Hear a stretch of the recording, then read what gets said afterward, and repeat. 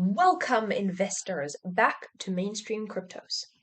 I'm Abby, and this week we will be taking a look, as usual, at the top 15 pieces of crypto news that you need to know for your investing. Just so you know, we do this every week in order for you to get the big picture of where crypto is at, so that you can continue to put your money in the wisest place. We give you this information easily, efficiently, and quickly. So if you like the sound of having all your work done for you here at Mainstream Cryptos, you could just subscribe. It's as simple as that. But that's it. Let's jump into what we have for today. Our news is like this great big melting pot of interesting, controversial things. So let's take a look. Number 1. The Ethereum Shanghai upgrade goes live, unlocking 34 billion US dollars in staked Ethereum. This is what we've been waiting for a decent time now. Ethereum withdrawals are now live. At 6:27 p.m. EST, Ethereum's Shanghai upgrade was successfully implemented, enabling the withdrawal of staked Ethereum and effectively finalizing the network's years-long transition to proof of stake. Last September, Ethereum successfully executed its highly anticipated merge event, forever changing both how Ethereum is created and how transactions on the Ethereum network are validated. The upgrade saw Ethereum transition to a proof-of-stake consensus mechanism, in which users stake Ethereum with the network to validate on-chain transactions, and are rewarded for that participation with newly generated Ethereum. Since Ethereum's staking debuted in 2020, participants have deposited over $34.56 billion worth of Ethereum with the network. These funds, however, and the rewards generated by them were not accessible to users even after the merge. Only now, with Shanghai's implementation, are those funds available for withdrawal. And only now can Ethereum's transformation to proof-of-stake network be considered complete. Number 2. Less than 1% of staked Ether estimated to be sold after Shapella. The top 100 DeFi tokens surged along with the broader crypto market as the total value locked peaked at a new yearly high of over $54 billion. The past week in DeFi was filled with anticipation leading up to the Shapella upgrade on the Ethereum mainnet. The hard fork was successfully completed on April the 12th, allowing validators to withdraw their staked Ether after 3 years, as previously mentioned. However, only 253 validators have signed up to fully exit their staked Ether position, with analytics firm Glassnode predicting that less than 1% of the staked Ether will be withdrawn. Just 170,000 Ether of the 18.1 million staked on the Beacon chain will be unlocked within the first week of the Shanghai hard fork being executed on Ethereum. That was predicted by Glassnode. The figure comprises 100,000 Ether, which is $190 million worth, of staking rewards, and 70,000 Ether worth of staked Ether, $133 million, the on-chain intelligence platform predicted in its April 11 report. On to number 3. Now this is a real deep one, folks. This SEC commissioner wants to redefine exchange. Will it save crypto in the US? Hester Peirce, commissioner of the US Securities and Exchange Commission, on Friday came down heavily in criticism against the agency's new proposed rules to amend the rule that redefined the word exchange. The SEC reopened the comment period for the proposal to amend the rule under the Securities Exchange Act of 1934, also called the Exchange Act. While the Exchange Act broadly defines an exchange as an organization which provides a marketplace for purchasers and sellers of securities, the proposal calls for altering the definition with respect to decentralized finance.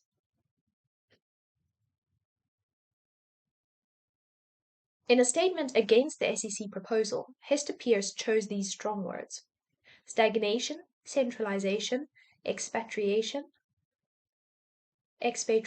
and extinction to describe it. She said the proposal was an act of forcing centralization and rendering innovation useless.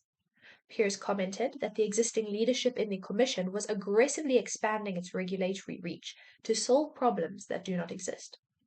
The SEC's basic approach is such that it cannot change rules, such that there is no scope for new technologies or for new ways of doing business, she added in the statement.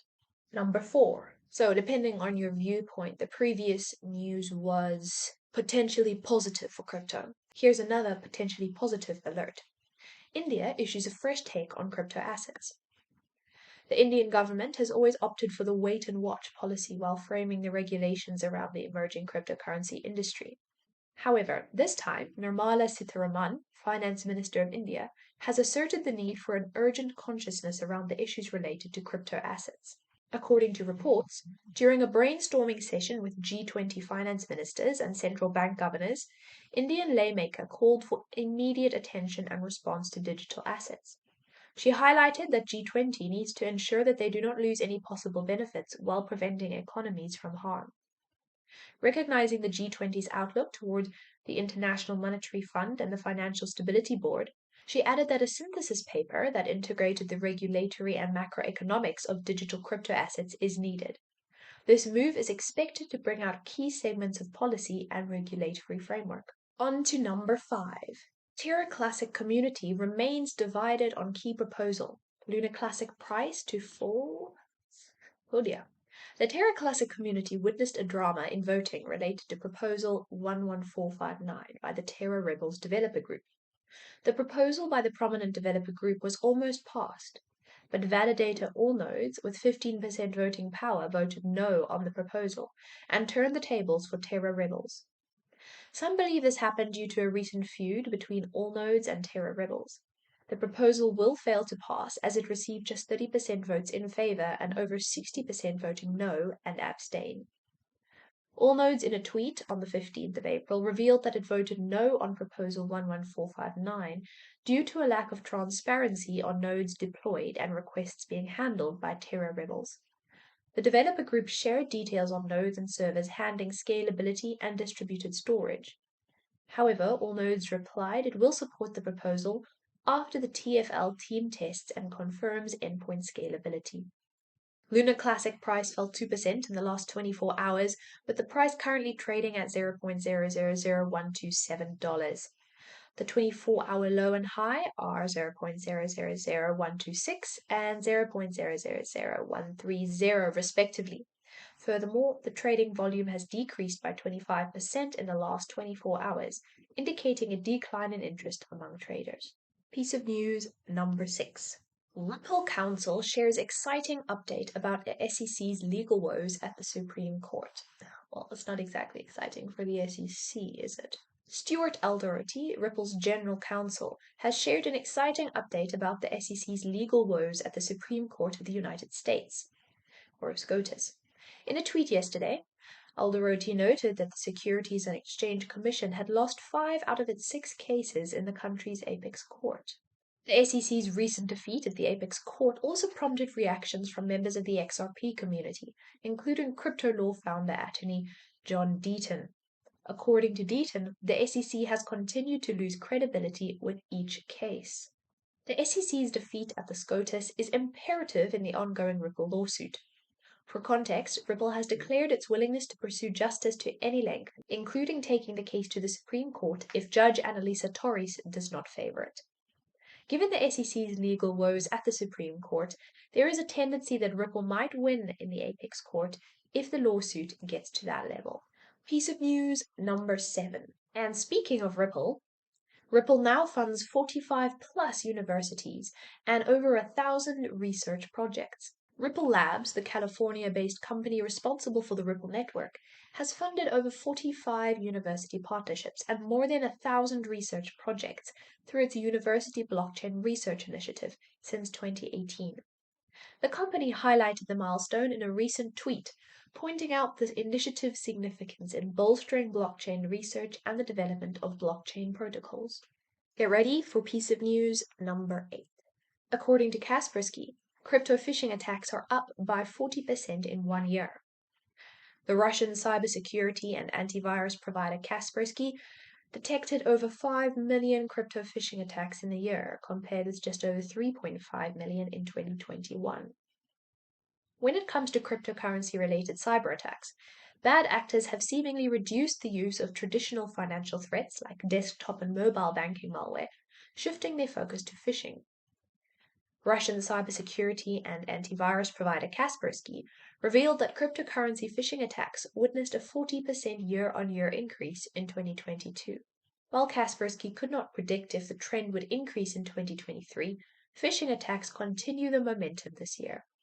Most recently in March, hardware cryptocurrency wallet provider Trezor issued a warning against attempts to steal users' crypto by tricking investors into entering their recovery phrase on a fake Trezor site. Number 9. BlockSec launches a collaborative testing toolkit for private forked chains. Blockchain security tech firm BlockSec has launched a new toolkit that enables collaborative testing on private chains forked from arbitrary transaction positions and block numbers on the Ethereum mainnet. The developer and security researcher focused toolkit is dubbed the Falcon Fork and launched on the 14th of April. Falcon Fork aims to provide greater control over work being conducted on testnets, such as transaction testing, analysis, and debugging. In the user manual, BlockSec touts that this extra control comes from being able to easily fork arbitrary positions and block numbers, and retain certain services and states from the Ethereum mainnet. With the toolkit, users can utilize features such as snapshots, enabling them to save certain blockchain positions and revert back to them at will during their testing processes. The snapshots essentially record the transactions being executed and deployed by the user at a given time. The snapshot feature is particularly useful in the following two scenarios. When a user wants to run multiple tests of a testing script, he or she just needs to revert to the original snapshot and rerun the script. Or when a user wants to save some states and return to them later, he or she can create a snapshot and then revert to the snapshot later. Piece of news number 10. The Group of Seven, or G7, advanced economies will consider how best to help developing countries introduce central bank digital currencies consistent with appropriate international standards, Japan's top currency diplomat Masato Kanda said on Tuesday. The move will be among key themes of G7 discussions that Japan chairs this year, as part of efforts to address challenges the global community face from fast-moving digital technology, he said.